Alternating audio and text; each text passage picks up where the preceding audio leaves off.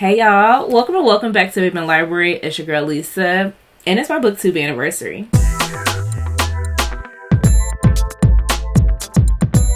In honor of our booktube anniversary, it is only right for me to do the mid-year freak out book tag. And that's because this was the first video that I ever launched on my booktube channel. It was the easiest way for me to come and talk to you all about books. It made me very comfortable because there was a set of 15 questions that all I had to do was answer. And so I'm going to answer all of these questions for 2026 up to this point, which is very interesting because if you go back and watch my original video, my reading taste is vastly different. That being said, we're going to start off with the first question, which is, how many books have I read so far? Now, as of today, I've read 62. By the time you see this video, I'm going to have 2 more knocked down. So I'm going to give myself the credit and I'm going to say 64. Now, the question that always comes out of that is, what's your favorite book? Well, here, let me tell you, I've got 2. The first one is an oldie, but doggone sure a goodie. Like, this book has been out 8 years. And in that 8 years, it hasn't lost a beat. There is no staleness in the writing because the writing is spectacular.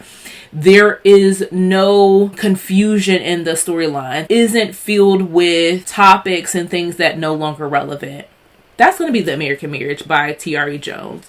One thing's for sure and 2 things for certain is that everyone, if you know this person's name, you're going to talk about this book.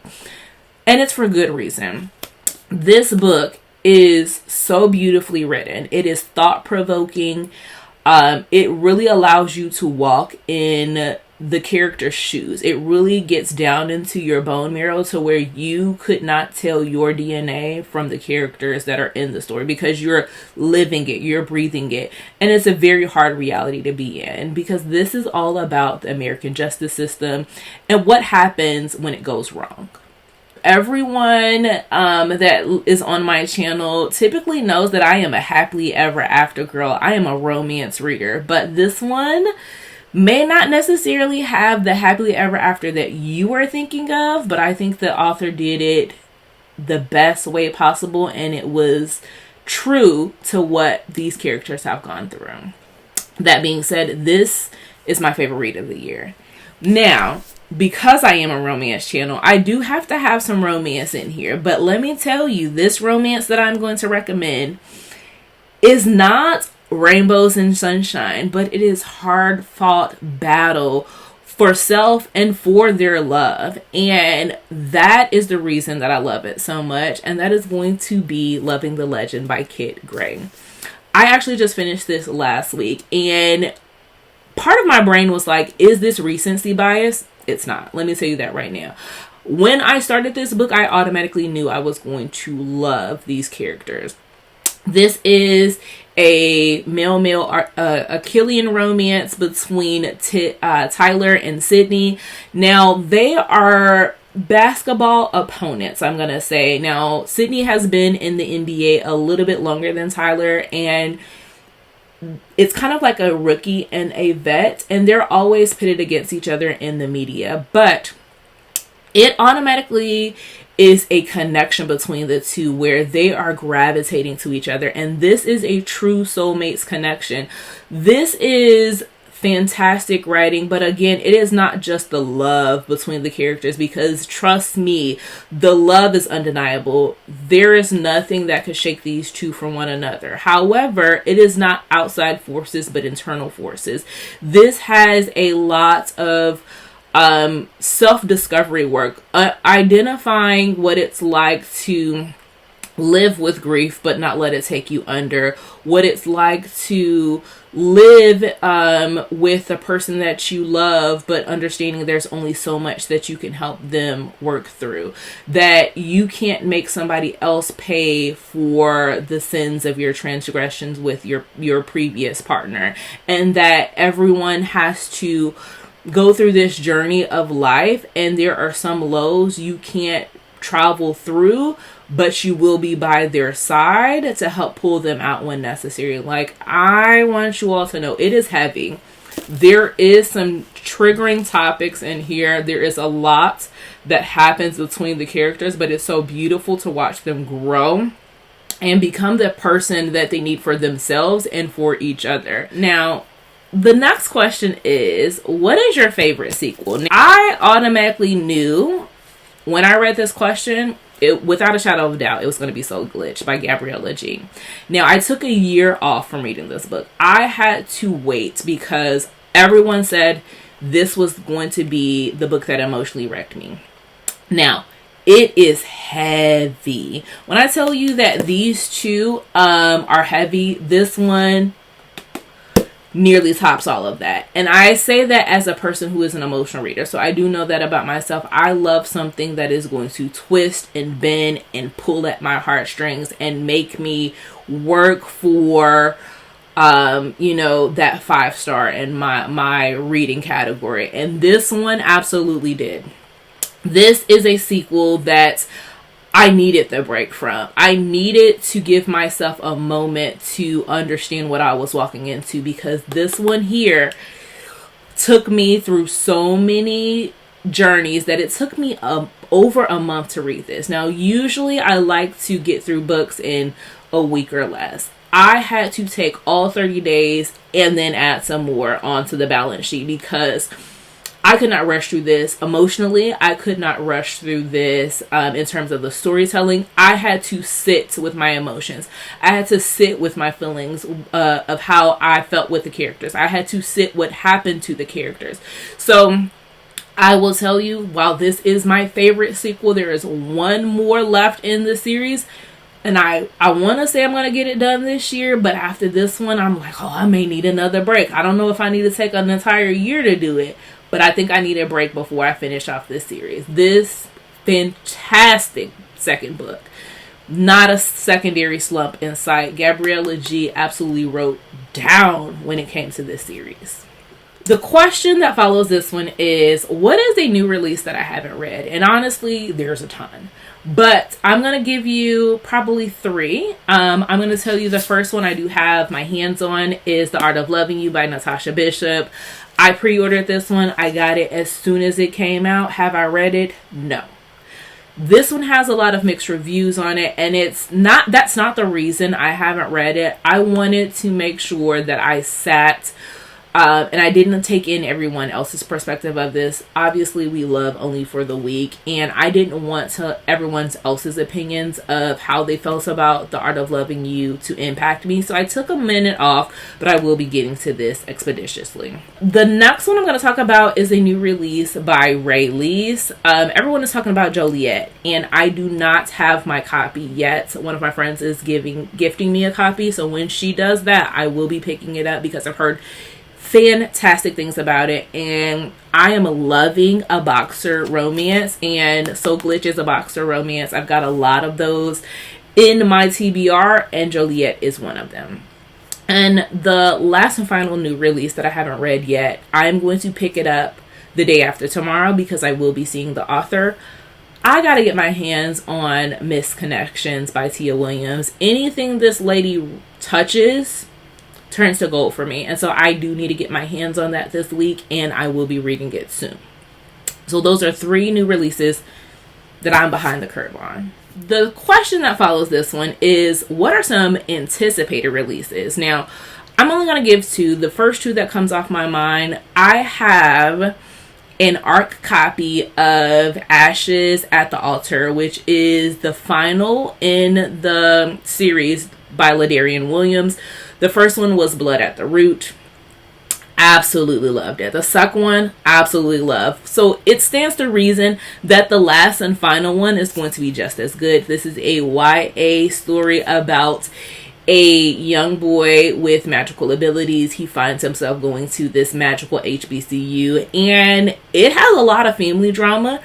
And how we ended off that second book, I said, oh yeah, put it on my Kindle now. And I do have it, but it doesn't come out until September. So I'm going to try to hold off until I can get closer to it. But I will be reading it before it release because I just got to know.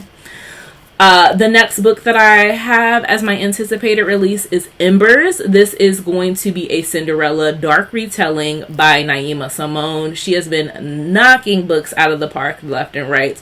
And as a Disney stan, I love when we get the villains and they get a book. I love a dark retelling. I love just being in a Disney format, but making it black. And so this one is a step siblings romance, mafia-esque, and Disney, bring it here. Those are my anticipated reads for the rest of the year. If you have some ones that you're waiting on before the end of 2026, put them down below so I can add those to my TBR as well. But we're going to go ahead and continue on with the biggest surprise. Now, the biggest surprise for me is going to be F-Boy Confessions by Sherelle Green. Now, I picked up this entire series, I want to say in like 2024, and I'm slowly taking my time to go through it. I actually think at this point this year, I might just knock out the last two. But this one is the third in the series. And it's the biggest surprise for me because you couldn't bet me my last dollar that I was going to eat this book up the way I did. This book has two characters that were never supposed to be together. Like, this is forbidden because our male main character, Andreas, he is the cousin to the character in book one. Now, you may be thinking, well, that's not a big deal. Everybody has family spinoffs, like the cousin, the brother, the sister. Yeah. That's not what surprised me. What took me by storm was this man, in his own story, getting into relationship and falling in love with his cousin from books one's baby mama. You couldn't have told me I wasn't going to eat this up, because I was like, why are we doing this? She didn't need a book. He didn't need to be with her. I'm not really liking this. Can we do something else? Baby. It sounds very, very salacious, but when you put it down to it, these two were the best for each other. Like, she just so happened to have a child with his cousin, and it really wasn't meant to be. They had a little thing in the past, but technically he saw her first. Technically, the chemistry that was always there, that was very much like, I don't like you, enemies to lovers, it was real. The smoke was real. They did not like each other. But that made for them to have the best connection, the best relationship. So this was the biggest surprise for me, because you could not have told me that I would have cared about this book. I actually considered skipping it, and I'm so glad that I didn't. The next question, if I gave you the best, these are not the worst. They're just my most disappointing. And somebody's got to be last. Now, I'm going to give you two.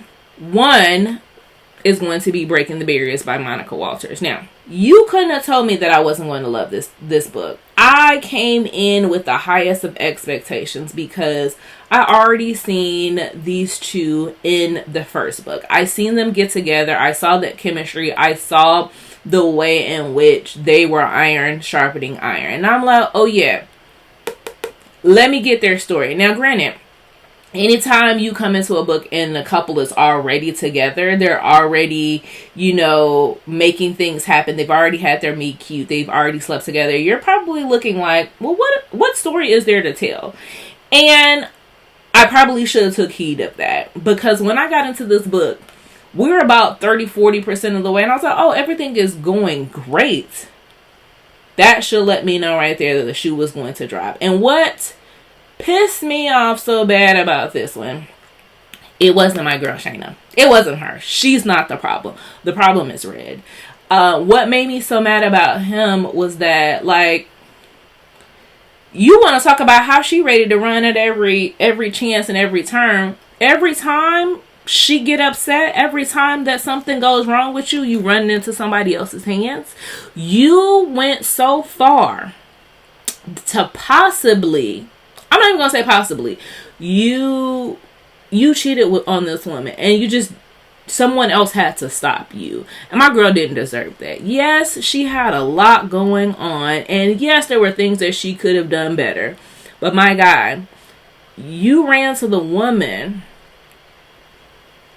who already was in love with you, and you played on her top. So not only you breaking one woman's heart, you breaking two women's heart, and you lied about it. Like, you omitted the truth. Omission and lie can be the same thing, but it really ticked me off because I wanted better for you, Red. I wanted you to be the man that I know you could be. However, you did some things that were very grimy, and I don't think you've ever paid the price for that. Also, her daddy pissed me off as well, and she forgave him really too quickly. I got a little too invested with this story, and that was my fault. If those things hadn't happened, I would have loved this book, but they did. So that's what I got. Now, surprisingly, again, I contemplated putting this in the story because the pitchforks could be out for me. Now, again, I said disappointment. Nowhere in here have I said this is a bad book. I want to be very, very clear. When we talk about a disappointment, it means that I had the highest of expectation. I was ready on Mount Kilimanjaro at the very top, like, oh yeah, this is where we're going to be. I'm going to plant my flag and say that this is going to be the book that I love. And I had every expectation of saying that. However, the romance did not hit the way I wanted to. I am a second chance girly. I love a good second chance romance. I love this author bad. You couldn't tell me a bad thing about this woman. However, this is not my favorite book. Do I love the characters and their development? Yes. Do I love their romance? Not necessarily.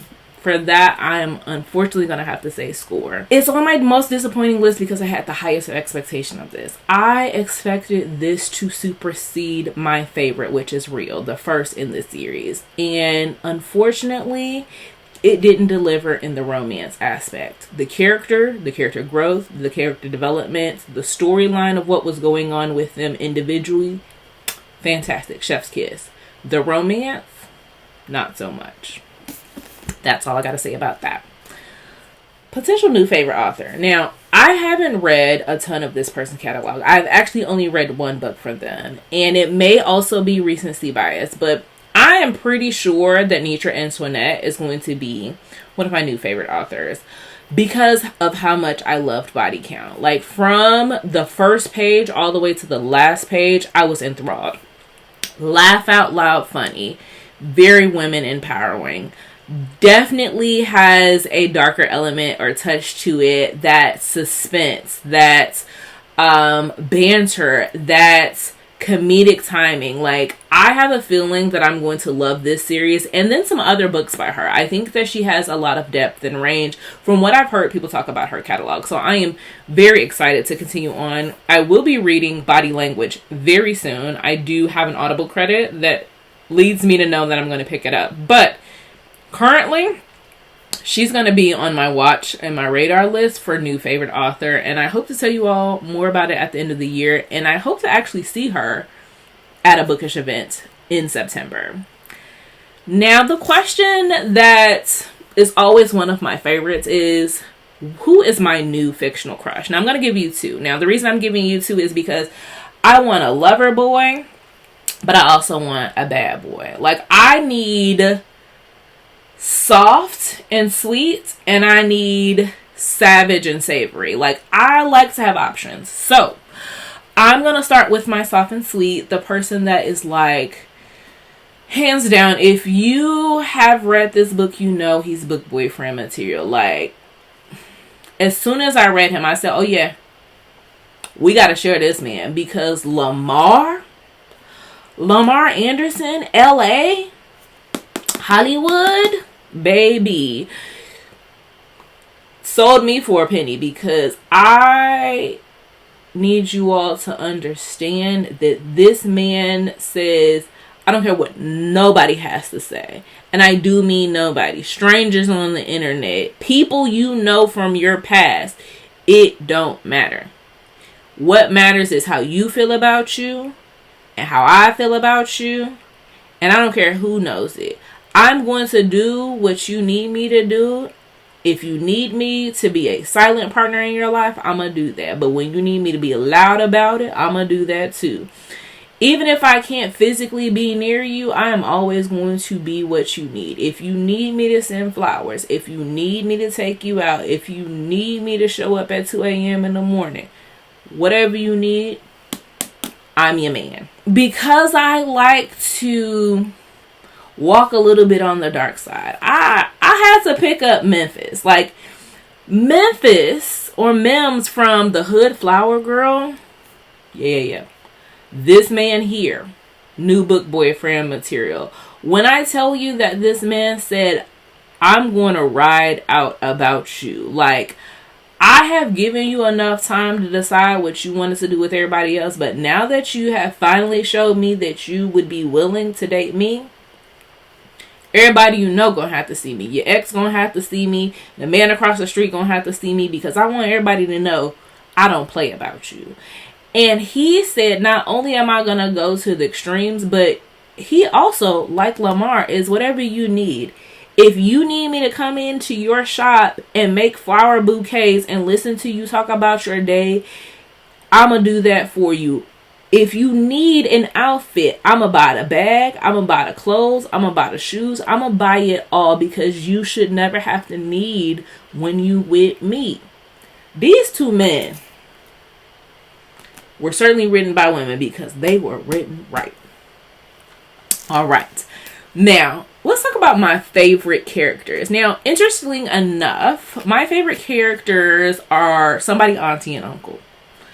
I love it when we get an auntie and uncle that is like funny, that is timely, that is poignant, and we just get the tip of the iceberg. I'm like, why we can't get a little bit more? The first person I'm going to talk about is Uncle Roydale. I had to let Tati know. I said, excuse me, Tim. Excuse me, Tati. We didn't get enough of Uncle Roydale. You put him in like 2 scenes inside of Struck Speechless, and I'm going to need you to give me a novella, because this man is hilarious. And I feel like you've done us a disservice. I can't critique you about nothing else with the book. The book is fantastic. Everything about it I love. Except for you didn't give me enough of Uncle Roydale.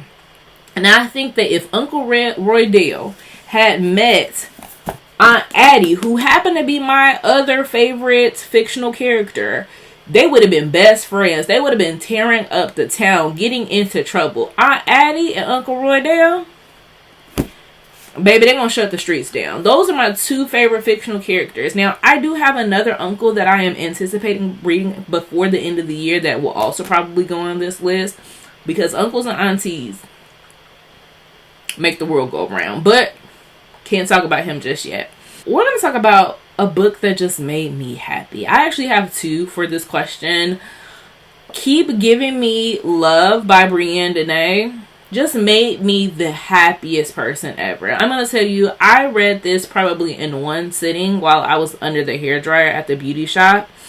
And I was just cheesing like a Cheshire cat. Like, I read this one a year later. So I read the first one last year. And I was like, oh, okay, well, I don't need anything else. But I already had this on my shelf. So I said, okay, well, let me see what they're talking about. They're already in there happy for now. Like, everything is cool. But taking a break and coming back to read these 2, it just cemented like they were meant to be with one another. Like, they are so beautiful, and they created a beautiful family, and they're supportive of one another. It just felt like a very warm hug, like the extended epilogue that we didn't know we needed. Like, usually when people get to the epilogue, they're like, oh, okay, yeah, we don't want that.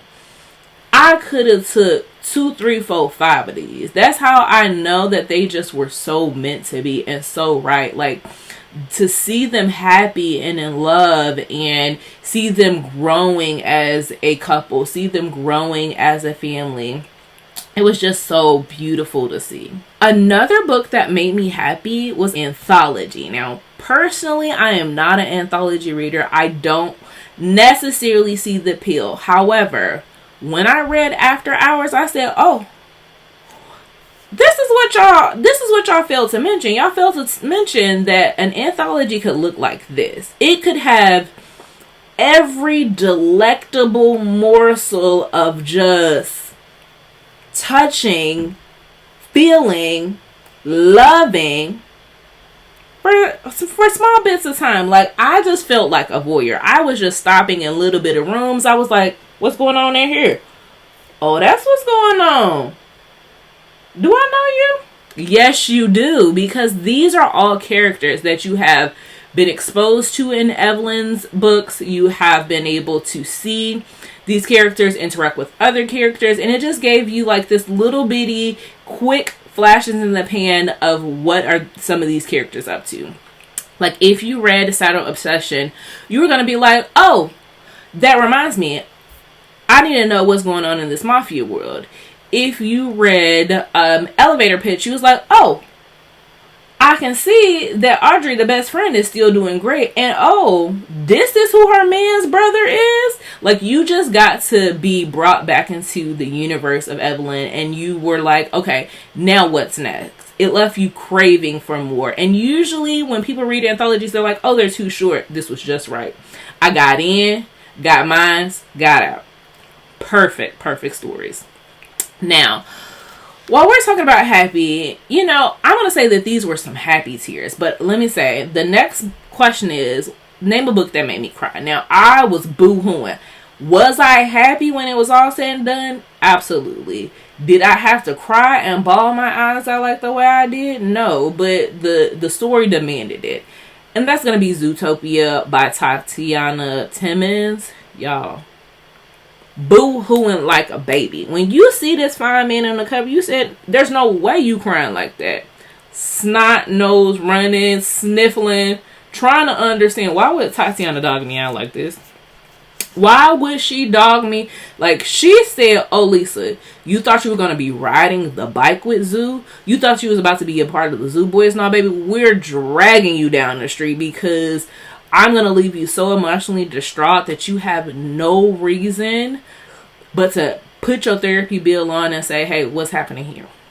This book right here took me through the emotions. I was happy. I was sad. I was emotionally taxed. I was ready for more, but knowing that I had to wait because the series was going to be over after I read the next book. Like, I just didn't know what to do with myself, but one thing I did do was sob.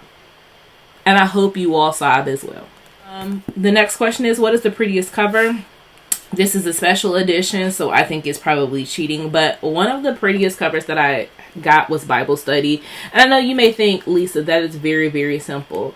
It is beautiful to me. Like I said, special edition. This is so touching and it calls to me because this Bible right here, I know what it looks like. I know what the pages feel like. I know how thin they are. I know the sound that they make. I know that the binding on the book is leather. I know it has a gold foiling. Like, I can see it and I can feel like, okay, this book is calling to me. It is drawing to me just because of my upbringing.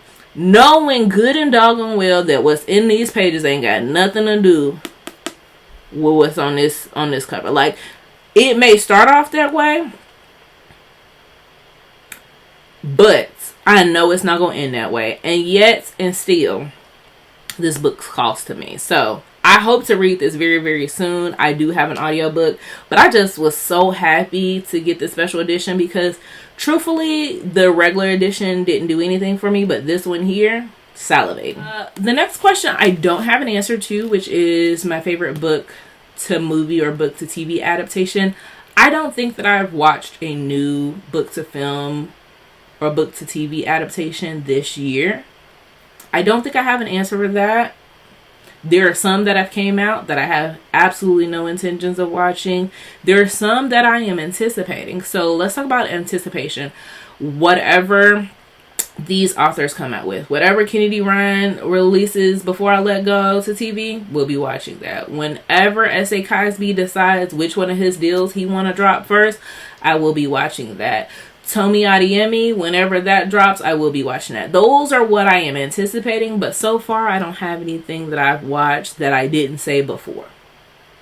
Last but certainly not least, what are some books that I need to end the year reading? Like something that I have to read before 2026 comes to an end. I'm going to tell you there's 3 books I need to read. From the Embers by Ali Martinez. This has been on my TBR for far too long. Has probably been on my mid-year freak out at least 2 or 3 years ago. It's getting done this year. Because she is one of my favorite authors and this is her most recognizable book. It is a crime that I have not read it yet. I will be reading Let Me Love You by Alexandria House. Please come bully me in my comments. If I get to the end of the year and haven't read this, I don't intend for that to happen, but hold me accountable. This is the uncle that I was telling you all about. I want to read Uncle Lee Chester. I think that's his name is. I think he is the most famous book uncle that we've got going for ourselves that is on a positive note. Now, there's some uncles that we don't like. But it ain't this man. I need to read it. Last but certainly not least, I need to read Losing Control by Lady Nisha. Y'all, it is inexcusable how I haven't read this and yet everybody talks about it, but it will be done before the end of the year. That being said, this is my mid-year freakout tag. Thank you all for sticking with me, whether you are new to the channel or have been around since my first video launch. It is such a pleasure to talk to you all about books. I hope, if nothing else, you've got some recommendations that you can tell me what you've liked, what you didn't like this year. Let me know if there is something, as I mentioned, that I need to be anticipating and putting on my TBR. If you don't want to do any of that, leave me a flame emoji because this tag is fire. I'll talk to you all later. Bye.